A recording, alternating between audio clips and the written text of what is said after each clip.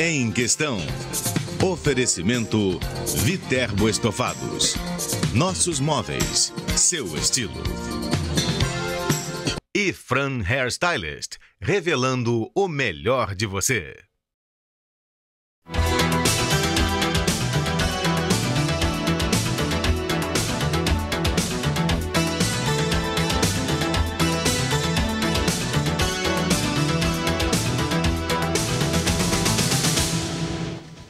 Os cursos de graduação na área de saúde vêm passando por uma série de mudanças. A meta é preparar os novos profissionais da área para as necessidades da população brasileira. O tema em questão hoje é os programas de formação profissional em saúde. Nossos convidados são a assessora acadêmica da FMPFase, doutora Derli Streit, que é médica, professora da faculdade e também coordena os programas PRO e PET Saúde do Ministério da Saúde, e o coordenador de pesquisa e pós-graduação da FMPFase, João Miranda. Muito bem-vindos, obrigada pela participação. Derli, a FMPFase participa dos dois principais programas, né, que são o PRO Saúde e o PET Saúde, né, que agora estão até se unindo aí, se fundindo, né? Você poderia explicar para a gente, de uma forma simplificada, o que são esses programas? Prazer estar aqui com o professor João, com você. Para falar um pouquinho do PRO Saúde, do PET Saúde, eu acho que a gente tem que gastar um tempinho para que a população entenda como surgiu, que isso é uma política nacional e como é que essa política foi pensada. No nosso país, né, por lei, o Ministério da Educação regula as instituições de ensino e o Ministério da Saúde regula, né, a assistência à saúde no país. Então, as escolas, né, de medicina, de enfermagem, de nutrição, fisioterapia, fonoaudiologia, elas formavam um profissional segundo os seus projetos pedagógicos. E esses profissionais depois iam atuar num sistema de saúde do país e, muitas das vezes, esses profissionais não estavam formados de acordo com as necessidades, né, ou com as prioridades que esse sistema de saúde necessita.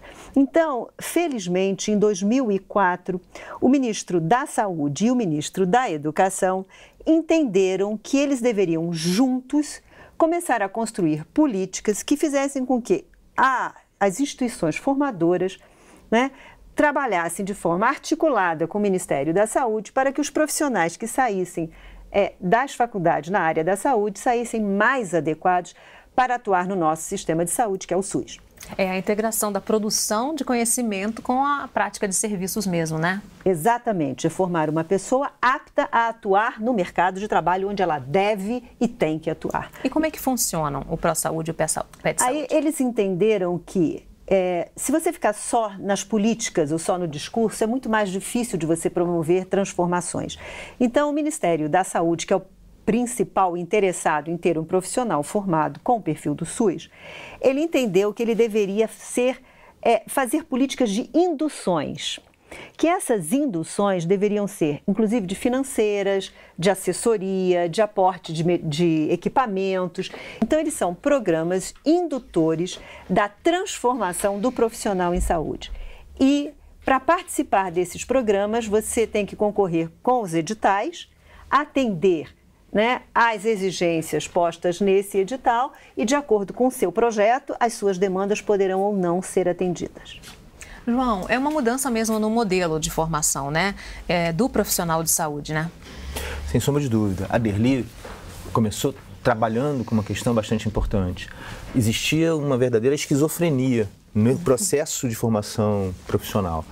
O MEC, como se fossem coisas diferentes, né? Na verdade, como se fossem coisas completamente diferentes, né? As coisas convergem. O Ministério da Saúde com as suas necessidades e a educação não necessariamente observando essas necessidades. O modelo educacional anterior, ele privilegiava demais a atenção à doença, né? Uma formação voltada para o profissional dentro de hospitais, né? Preocupado mais com a dimensão curativa do processo saúde-doença. O que, na verdade, seria a fase final, né? Exatamente, uma fase, inclusive, não desejada.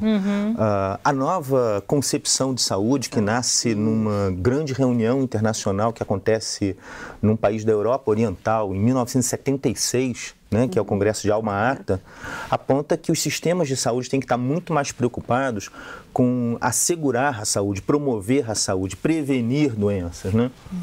E essa nova concepção, ela vinha se chocar muito fortemente com uma tradição das ciências da saúde, que era de cuidar da doença. Era necessário que os nossos ministérios intervissem, como a Derlimo colocou muito bem, com políticas indutoras para que essa transformação acontecesse. É essa transformação que a gente está vivendo. O SUS, ele preconiza muito mais a formação para a promoção da saúde, para ações de cunho coletivo, de transformação da própria sociedade, entendendo que essas transformações vão levar à transformação da saúde. Esse é o desafio que está colocado para a gente. E essas mudanças, na verdade, elas passam por uma reformulação tanto na orientação teórica, né, quanto também nas práticas e até na orientação pedagógica, né? Que eles chamam de 3 eixos, é isso? Os 3 grandes eixos dessa proposta, ou desses projetos. Quer dizer, você tem que repensar o referencial teórico quando você constrói esse processo de formação, como o João bem disse. Quer dizer, então agora você tem que ter um profissional voltado para as necessidades de saúde, né, com uma concepção de saúde ampliada, não voltado só para a doença, né? Então entra a noção de ampliada de saúde, descentralizar a formação do hospital. É lógico que nós temos também que aprender no hospital, mas não temos que aprender só no hospital, né? A importância da saúde a nível da família, da comunidade, da prevenção, né, da recuperação. Então, essa concepção teórica, né, que antes saúde era ausência de doença e agora saúde não é mais ausência de doença, né? Então, muda todo esse referencial. As práticas metodológicas também têm que mudar. Quer dizer, se antes a gente aprendia só no laboratório, na escola e dentro do hospital, agora as práticas são os campos reais onde nós vamos atuar, né? Então nós começamos a ter que interagir, desde a parte de gestão do sistema, quer dizer, interagir com as secretarias de saúde, interagir nos postos de saúde, conhecer a comunidade, interagir com as comunidades em condições adequadas ou inadequadas de saúde e tentar transformar essa realidade. Então não adianta só você mudar um desses eixos, você tem que mudar o referencial teórico, a sua concepção do profissional que você quer, as práticas, as metodologias, quer dizer, os cenários de práticas e, por último, você tem que transformar, quer dizer, promover uma ação que transforme essa realidade, né? Então, mais do que tudo, eu acho que os projetos pró-saúde estão aproximando os profissionais de saúde, as escolas, né, da área da saúde, do nosso modelo de sistema de saúde. Antes nós achávamos que éramos profissionais liberais e que quando nós nos formássemos íamos trabalhar em Marte, né? Hoje nós sabemos que quando nós nos formarmos nós vamos trabalhar no Hospital do SUS. Ele é o nosso sistema único de saúde. Qualquer outro tipo de atividade é considerado sistema complementar ou suplementar de saúde. Um dos focos é justamente aumentar o tempo que esse futuro profissional passa durante a formação nas unidades do SUS, né? E conhecendo as pessoas e não a doença. Tradicionalmente, nós formávamos pessoas preocupadas em conhecer tudo da doença, né? Hoje, ele tem que continuar conhecendo tudo da doença, mas ele tem que continuar além, ele tem que conhecer tudo da pessoa e tudo da saúde que aquela pessoa pode ter ou perder. Então, ele tem que conhecer o contexto social, econômico, emocional, né? Geográfico, todas as condições que essa pessoa vive, né? Então, antigamente a pessoa chegava com pressão alta, ele passava um medicamento para essa pressão alta. Hoje em dia ele quer entender por que ela chegou, como aquele contexto, né? Muitas vezes é porque ela está com alguém da família doente, ou porque o marido foi embora, ou porque ela tem um motivo diferente para ter aquela pressão alta. Antes todas as pressões altas eram tratadas da mesma forma, né? Então hoje é um ensino que a gente diz contextualizado, baseado nas necessidades de saúde do indivíduo. Né? Cada indivíduo é um indivíduo, né? Cada sintoma desse indivíduo é próprio dele num contexto em que ele vive. Não existe um modo único, uma receita única, um protocolo único, com raríssimas exceções, né?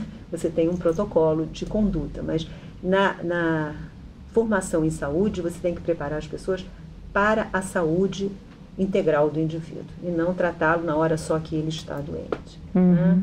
João, vamos falar dos PETs que são desenvolvidos aqui na faculdade? Vamos falar dos PETs.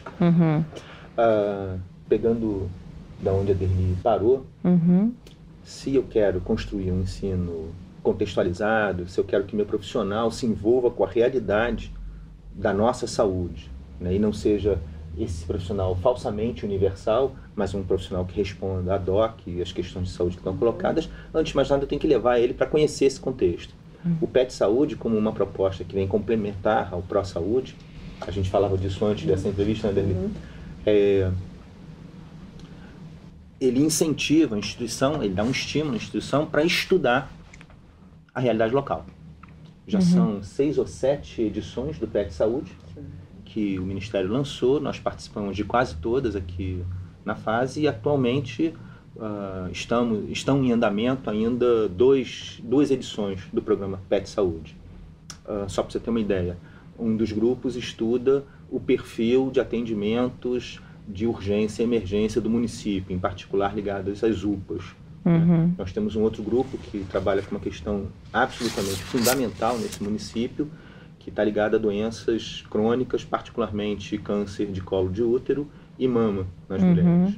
Um terceiro grupo está estudando a problemática dos desastres naturais. Desastres naturais é um problema recorrente em Petrópolis. Você tem, né, notícias de jornal do começo todo do século verão, uma XX, preocupação. Todo verão, exatamente. Vitimiza muitos petropolitanos. E, na verdade, é um fenômeno que tem que ser mais bem compreendido, seja como fenômeno natural, seja como fenômeno social. Né? Porque é a intervenção que nós fazemos sobre o ambiente que vai tornando esse fenômeno cada vez mais grave. Né? Num município que, historicamente, acabou sendo um local em que as pessoas mais velhas afluem, né?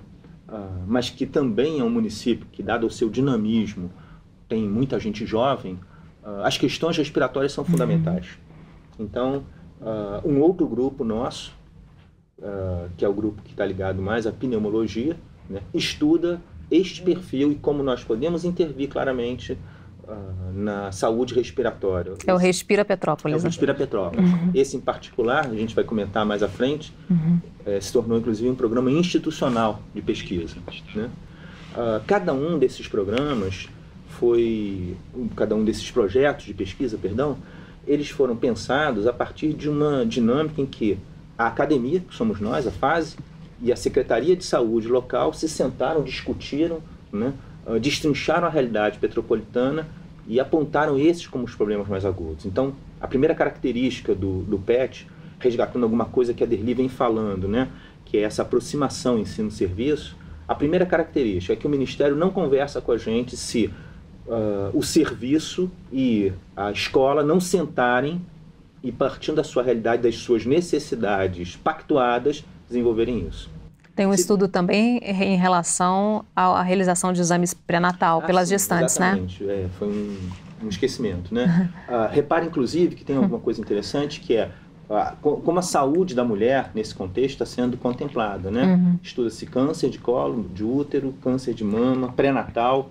Assim, Petrópolis, curiosamente, né, tem uma taxa de natalidade que não é pequena, então essa é uma preocupação bastante grande. Do início da vida, né, início da vida, até o Respira Petrópolis vai pegando asma, né, doenças obstrutivas crônicas do pulmão, né.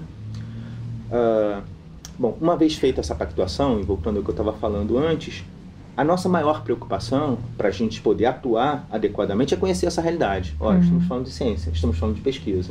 Então, do ponto de vista do Ministério, o que é o programa PET Saúde? As universidades brasileiras, elas tradicionalmente fazem pesquisa.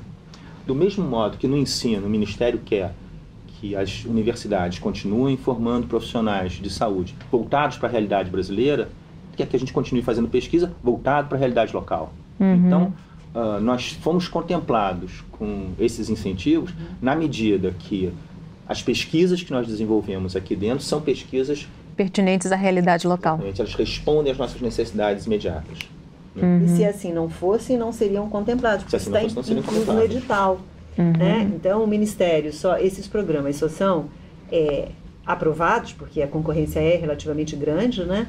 Quando você está atendendo às demandas, o que eles chamam de prioridades. Então, no edital vem as prioridades nacionais e você tem que fazer programas que atendam às prioridades regionais, né?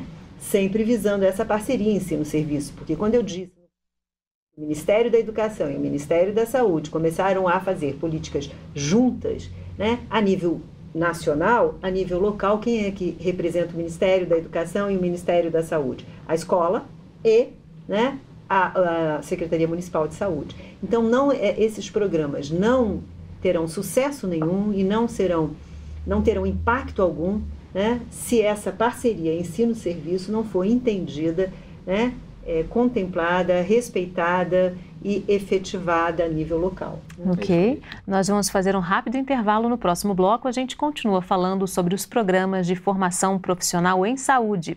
O Em Questão volta em instantes, até já.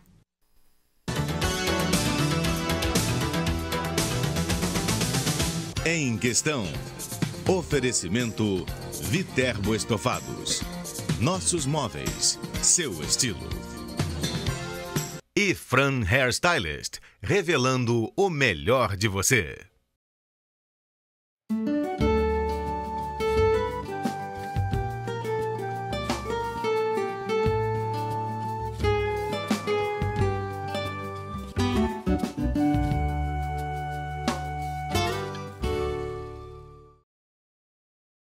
Em Questão, oferecimento Viterbo Estofados, nossos móveis, seu estilo.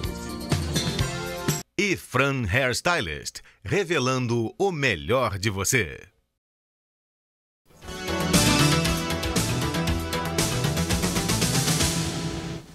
O Em Questão está de volta falando sobre os programas de formação profissional em saúde. Os nossos convidados são o coordenador de pesquisa e pós-graduação da FMPFase, João Miranda, e a assessora acadêmica da FMPFase, doutora Derli Streit, que também coordena os programas PRO e PET Saúde do Ministério da Saúde.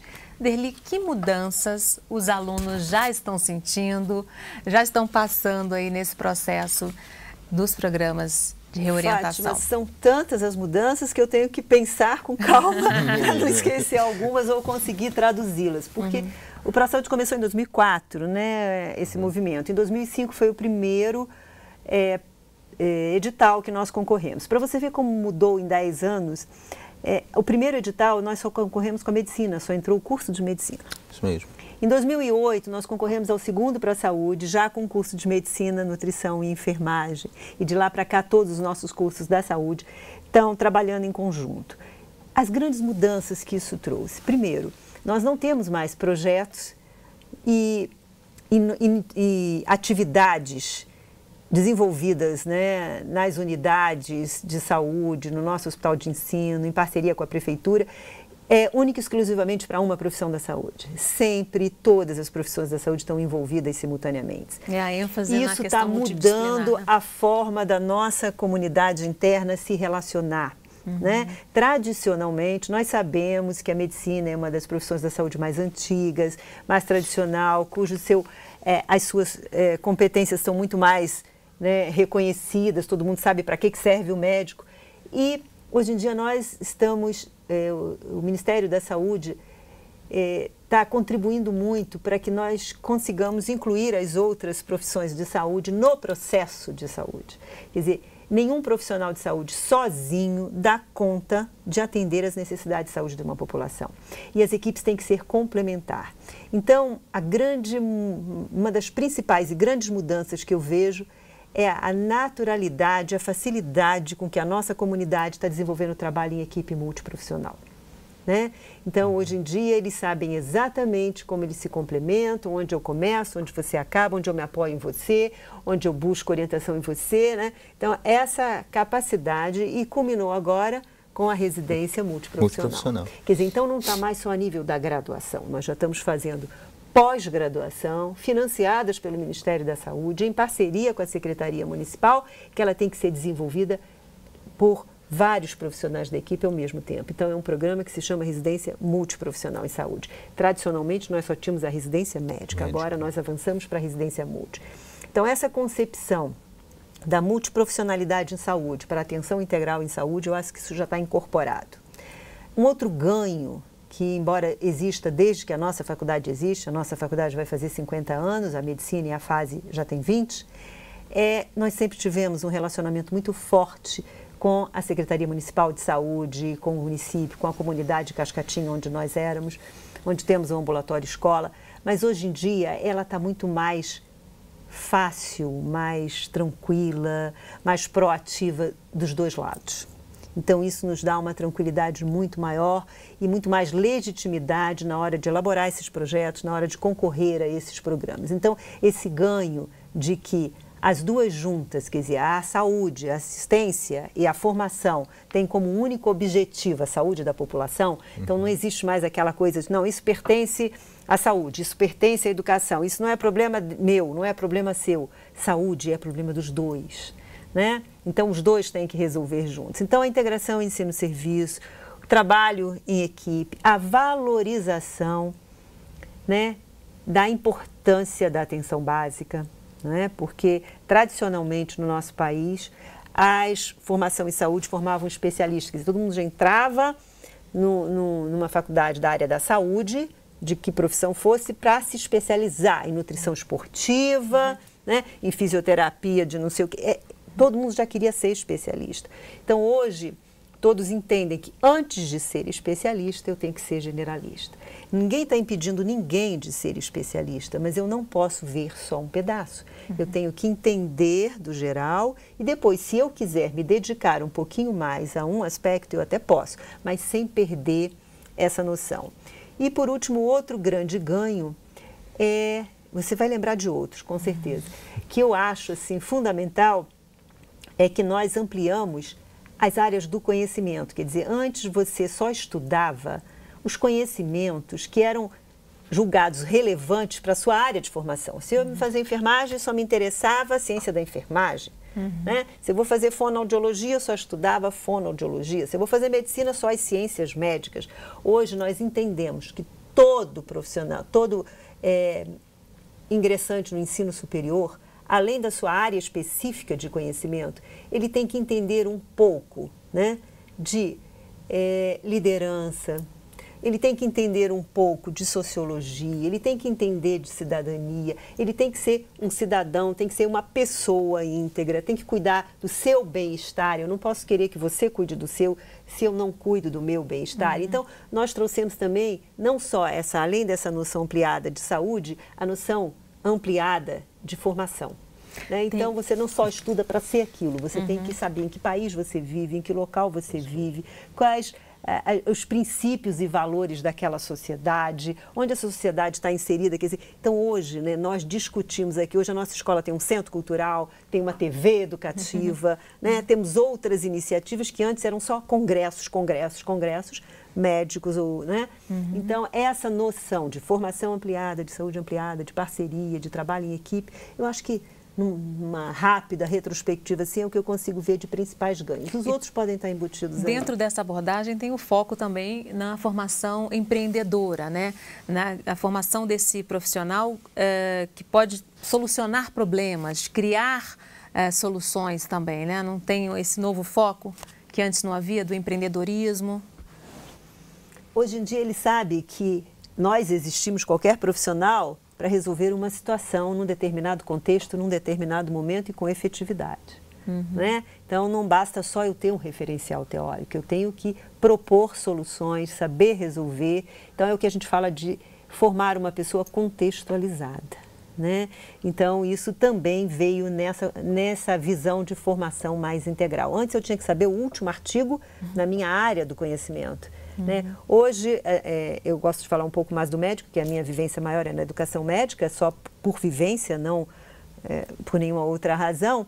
Né? Mas hoje um médico não dá para ele não pensar o custo-benefício quando ele prescreve uma medicação, não pensar o custo-benefício quando ele pede um determinado exame para o paciente e para o sistema. Custo-benefício para o paciente e para o sistema e para a nossa sociedade, para os impostos que nós pagamos. Né? Então ele tem que saber gerenciar a sua profissão, ele tem que ser empreendedor, saber que ele tem que aprender sempre, que o conhecimento muda todos os dias. Né? Então ele tem que saber gerenciar a sua vida profissional, gerenciar a sua vida pessoal, né? Ser inovador, participar, transformar a realidade, exercer sua cidadania, se posicionar, né? Então, hoje em dia, nós temos que formar um super, né? super nós, professores, temos uma responsabilidade muito grande, muito diferente da época como nós fomos formados, muito bem formados. Muito. Mas era outra realidade. Era para uma outra realidade, né? Eu tenho assim um orgulho muito grande da minha formação, tive grandes mestres, grandes professores, né? Mas nós, na minha época, não tinha essas discussões. E se você tivesse essas discussões, ser até um pouco marginalizado. Sem sombra de dúvida. Né? João, e você? Como é que você enxerga essas transformações? Mudanças? A Lili abordou coisas bastante importantes. Nesses 22 anos de Sistema Único de Saúde, a sociedade brasileira deu saltos muito grandes, se tornou muito mais complexa, né? Eu pensava na questão que você colocou do empreendedorismo. Há 20, 25 anos atrás, esses profissionais, ou bem eles iriam trabalhar dentro de um hospital ou como um funcionário de uma instituição de saúde já estabelecida, ou se tivessem a oportunidade, eles montariam seus consultórios, simplesmente isso. Hoje tem uma diversidade de atuações desses profissionais, né? Novelas na televisão, programas culturais de modo geral, costumam ter consultoria de profissionais de saúde, né? Entre outros, para assegurar que aquela informação que está sendo veiculada é correta e aí acaba aquele programa, que é um programa às vezes só de entretenimento, ele acaba desempenhando um papel social mais importante. Né? Então, em diversas áreas da atuação, né? Você tem hoje esses profissionais. Então, nessa dimensão do empreendedorismo é fundamental, né? A preocupação, tem uma mudança cultural profunda na sociedade brasileira que há 25, 30 anos atrás, nós tentávamos seguir os caminhos do primeiro mundo. A gente ficava copiando. Né?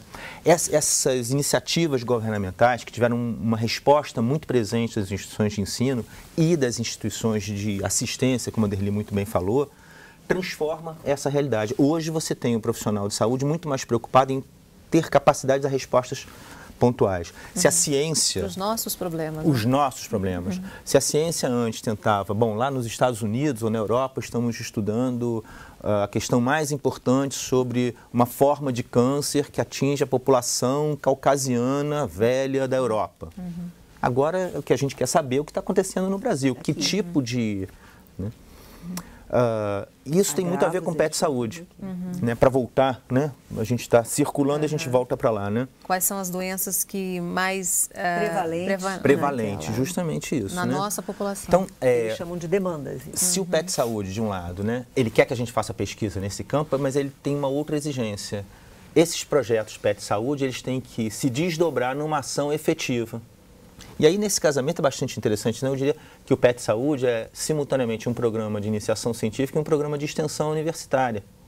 Ele obriga a universidade a estar pensando soluções, não só estar desvendando problemas.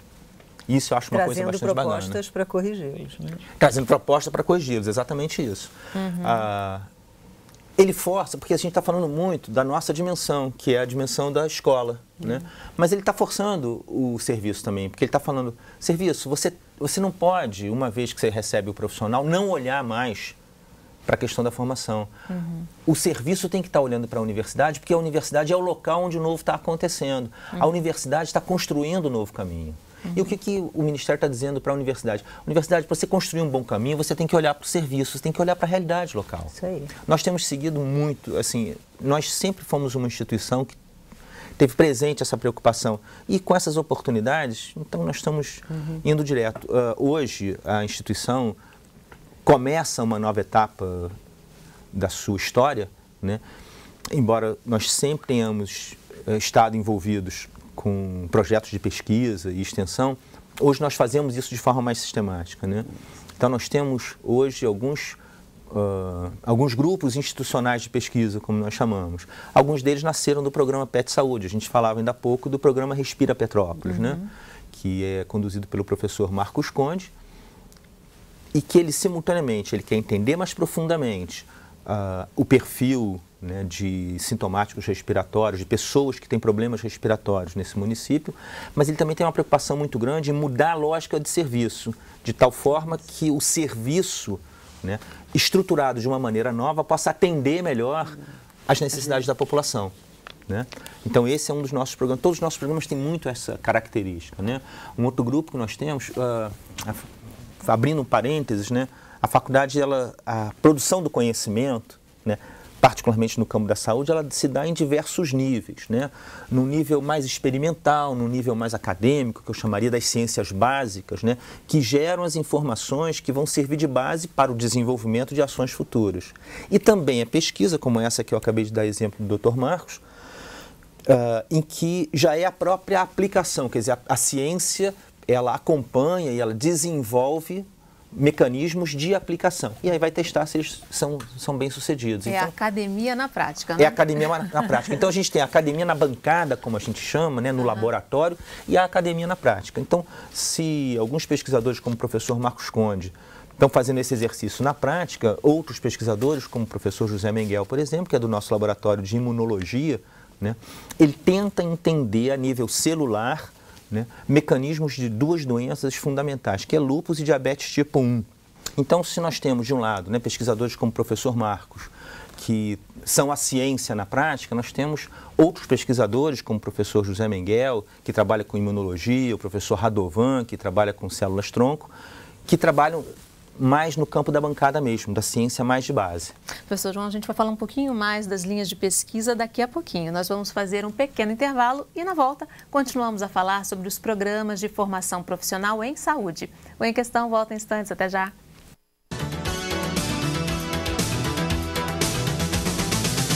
Em Questão. Oferecimento Viterbo Estofados. Nossos móveis, seu estilo. E Fran Hairstylist, revelando o melhor de você.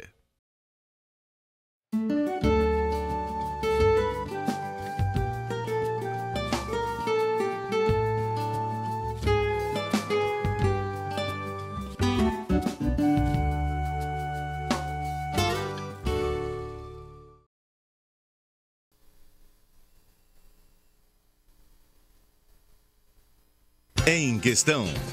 Oferecimento Viterbo Estofados. Nossos móveis, seu estilo. E Fran Hairstylist, revelando o melhor de você.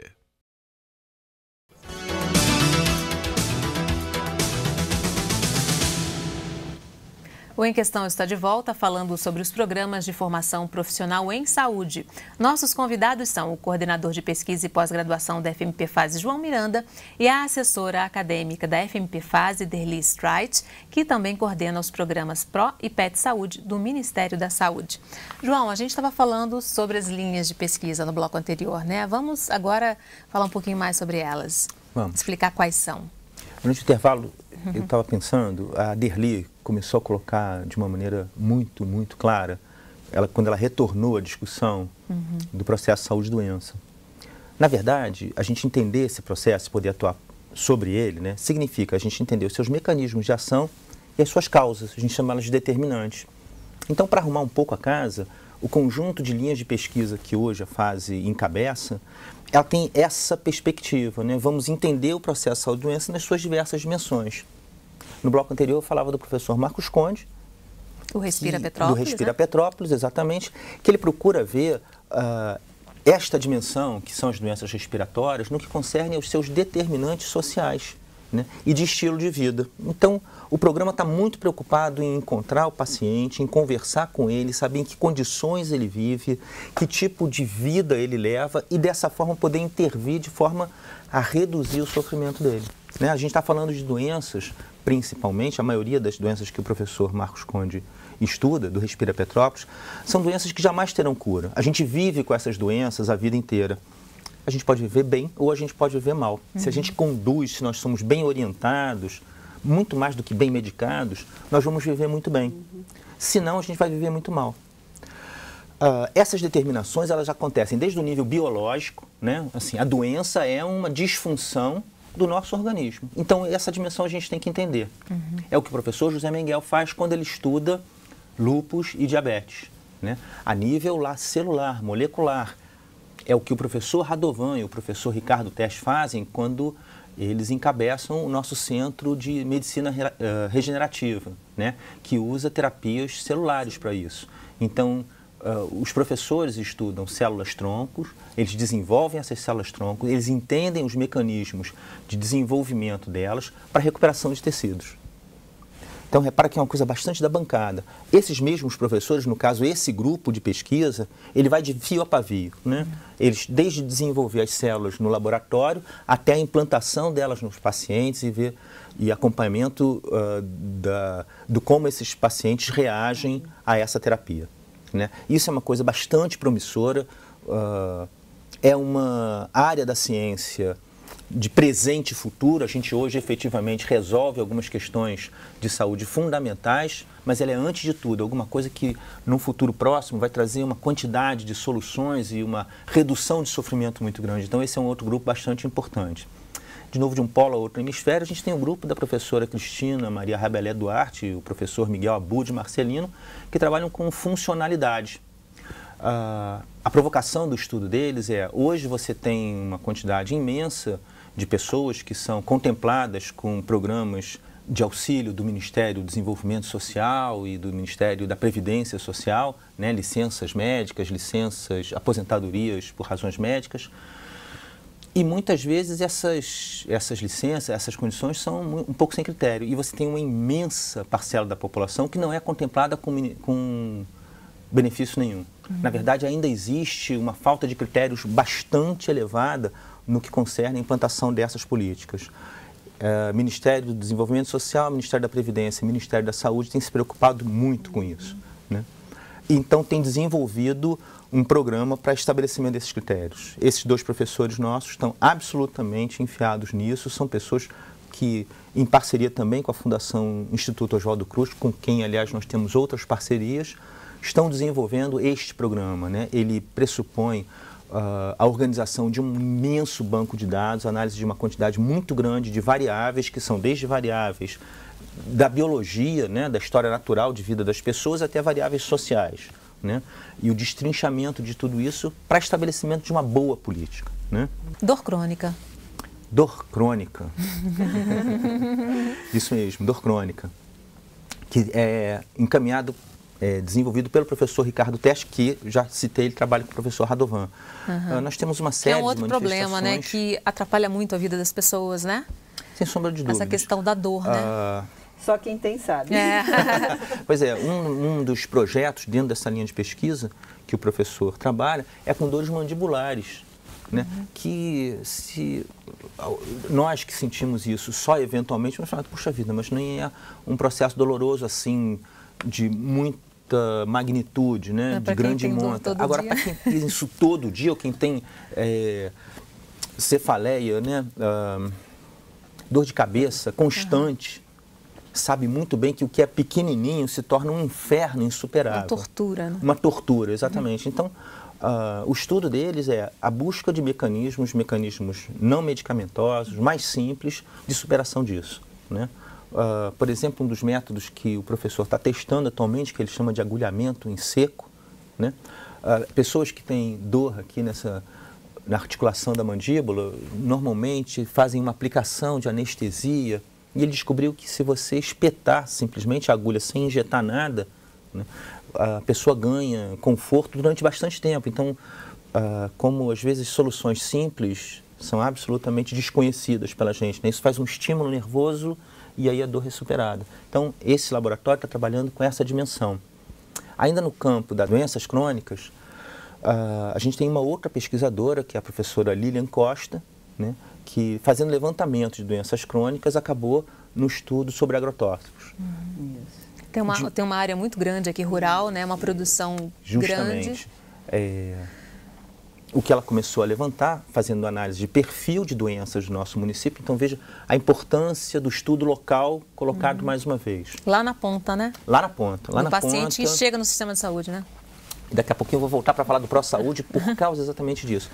Porque existia uma boa coleção de dados, né, que quem fez foram os profissionais de ponta. Eles estão, do ponto de vista da ciência, não estão com a preocupação de eu vou publicar, eu vou fazer. Eles estão com a preocupação de eu vou cuidar bem do meu paciente e eu vou fazer um registro cuidadoso do que eu estou fazendo. Isso permitiu que a Lilian percebesse que existe uma prevalência de doenças que podem estar associadas ao consumo de agrotóxicos bastante grande. Onde ela está encontrando isso? Nos locais de Petrópolis, onde se produz, né? Onde tem produção agrícola. Ou seja, seria pelo contato mesmo na hora de utilizar o agrotóxico e não na ingestão do alimento. São principalmente população trabalhadora e seus familiares. Acho que as duas. Nas duas formas. Eu acho que as duas formas. Mas ela está estudando só esse aspecto, né? Exatamente. Ela não está pegando a população, só quem usa, a família e quem aplica. O produtor rural. O produtor Exatamente. Essas populações são particularmente vítimas desse processo. Nós temos diversas intencionalidades em relação a isso. Hoje, o que a Lilian está fazendo é estabelecer claramente essa relação entre a doença e o agrotóxico, né? E começar a pensar... como é feita essa prática, né, pelo produtor? Se ele espera o tempo certo, se não espera, se colhe antes do tempo de espera? Sim, ela está entendendo esse mecanismo, né, esse funcionamento, né? Quanto ele está aplicando, que agrotóxico ele está usando, de que maneira... Se está se protegendo ou não. Se ele está se protegendo ou não. Eu tive a oportunidade de ver cenas assustadoras, assim. Você chega no campo em Petrópolis e as pessoas estão aplicando agrotóxico sem nenhuma proteção. Num período como esse de verão, o trabalhador está de short, sem mais nada. E o cálculo da dose também, né? É meio empírico, quer dizer, ele não existe. É meio no olho, né? No olho. Como é que eu vou colocar, quanto eu vou colocar de agrotóxico, quantas vezes? Eu costumo dizer assim, vai colocando, né? Se não eu quer coloquei perder a plantação dele. A água onde eu dissolvi continua da mesma cor, então deve estar precisando de mais. Se eu espirrei e o bicho não caiu morto na mesma hora, assim, é porque tem pouco. Então toda essa reeducação é necessário se fazer. Fora o que hoje existem diversas técnicas que podem nos fazer substituir o agrotóxico por medidas menos e mais saudáveis, agressivas. Melhores para o meio ambiente e para as pessoas, exatamente. Exatamente isso. Para o produtor e para o consumidor também, né? E para o produtor. Hoje são essas as linhas principais de pesquisa as quais a gente desenvolve. Eu falava que eu ia voltar para o ProSaúde por causa disso. A ciência não consegue andar, particularmente no campo da saúde, se o profissional de ponta ele não está absolutamente integrado nesse processo, né? Quando o ProSaúde nos força a nos relacionarmos rotineiramente, academia e serviço, os dois ganham. A academia ganha porque ela é forçada a olhar para a realidade o tempo todo. O serviço ganha porque ele está sendo o tempo todo ressensibilizado, retreinado a fazer as coisas com muito cuidado. Quer dizer, o profissional atento lá na ponta é que percebeu por que tanta gente ali da área rural que produz está chegando com as mesmas queixas. Né? A gente antes assistia isso no Primeiro Mundo, né? Quando você levanta a história de como lá o Departamento de Epidemiologia, que é o CDC, nos Estados Unidos, percebeu a existência de uma nova doença, que era a AIDS, né? Uma coleção muito pequena de dados, muito bem coletados, chamaram a atenção do CDC. Mas não foi o CDC que coletou esse dado, né? Não foi o Departamento de Epidemiologia deles. Foram os profissionais de saúde lá na ponta, examinando as pessoas no seu cotidiano.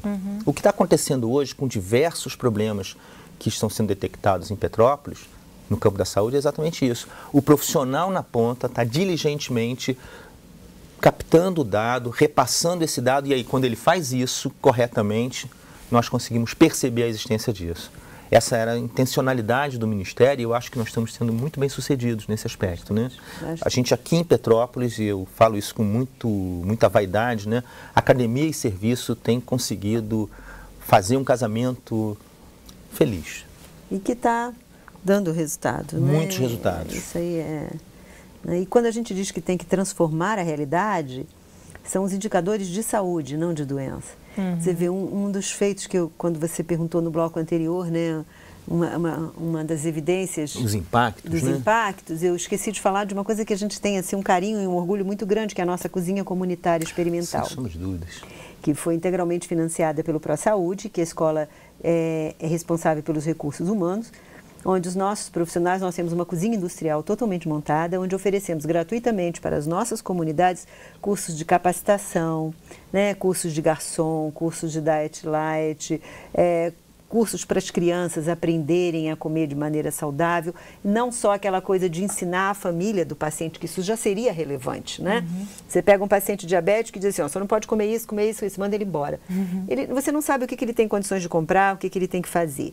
Então, hoje em dia, a gente trabalha com a família, normalmente com a esposa ou a mãe daquele paciente, ela vai para essa cozinha experimental, aprende a fazer comidas gostosas, né? Tem uma dimensão lúdica nessa história. Apropriadas para a dieta e sem ser excessivamente caros, porque nós sabemos como é caro um produto diet. Você dizer para uma diabética, você só pode comer produtos diet, não pode comer açúcar, tem que comer... E aquilo é muito caro. Então, a gente ensina, e além disso, a gente tem as oficinas profissionalizantes, tudo isso para transformar a realidade de saúde daquela população, através de uma modificação socioeconômica, profissionalização.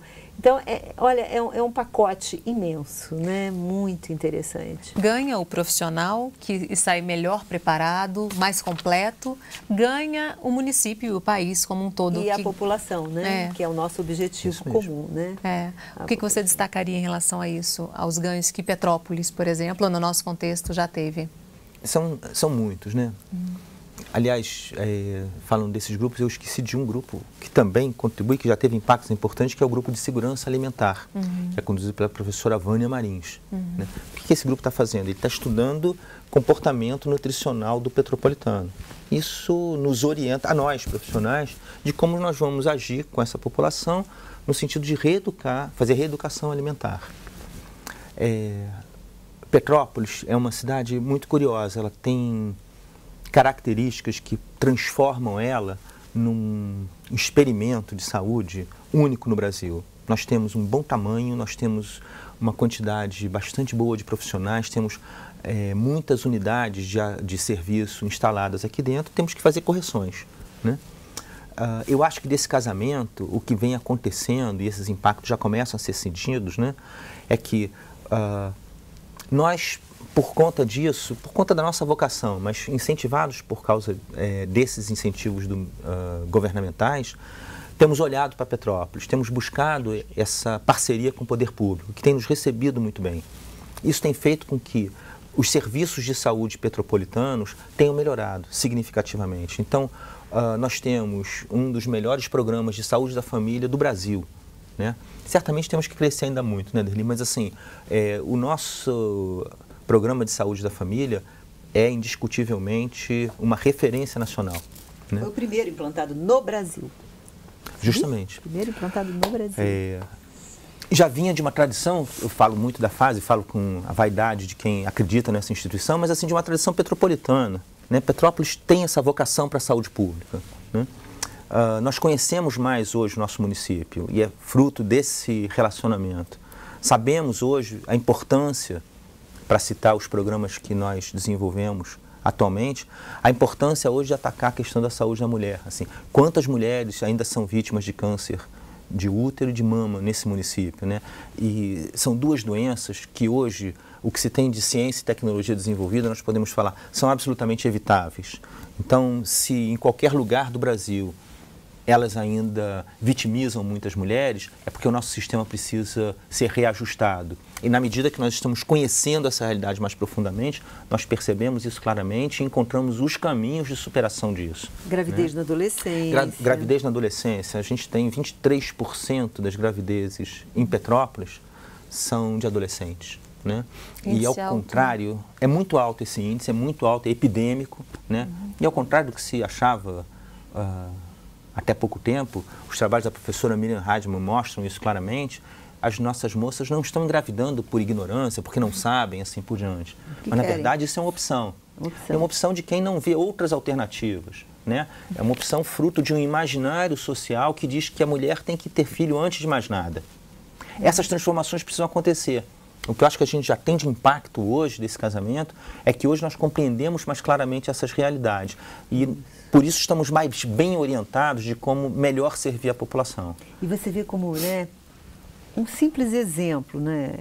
Não estou dizendo que esse é o mais importante, mas esse exemplo que você colocou da gravidez na adolescência, né? Eu me lembro que me chocou bastante, né? A gente pensa assim, bom, a gravidez na adolescência acontece porque elas não têm orientação ou porque desconhecem, e não foi. A pesquisa mostrou que elas socialmente, olha a importância, né, do social, elas socialmente passam uma condição de mulher na hora que engravidam. Então, se aos 11 ou 12 anos eu estou grávida, a partir daquele momento, meu pai não manda mais em mim, para a comunidade eu passo da condição de criança ou de adolescente para uma... Então, é social. Então, não adianta você dar cursinho ou simplesmente distribuir preservativos. Você tem que entender, né, a representação social de um fato que justifique o comportamento humano. Então, O nosso tempo está acabando. Rapidamente, o que a gente pode falar sobre o que esperar para o futuro com a continuidade desses programas? Que a população, né, de Petrópolis e do país tenha cada vez mais profissionais adequados às suas necessidades de saúde. Isso mesmo. Eu acho que o Ministério está sendo extremamente bem sucedido com ele e por causa da sua política, todos nós. Este casamento, ensino-serviço, ele se fazia necessário há muito tempo. Se fazia necessário há muito tempo e ele está sendo extremamente bem sucedido, não só para nós, no Brasil inteiro. No Brasil inteiro. Está sendo induzido no Brasil inteiro. Infelizmente, o nosso tempo acabou. Eu agradeço muitíssimo os nossos convidados. Foi um prazer. E a gente tem um encontro marcado no próximo Em Questão. Eu espero você. Até lá.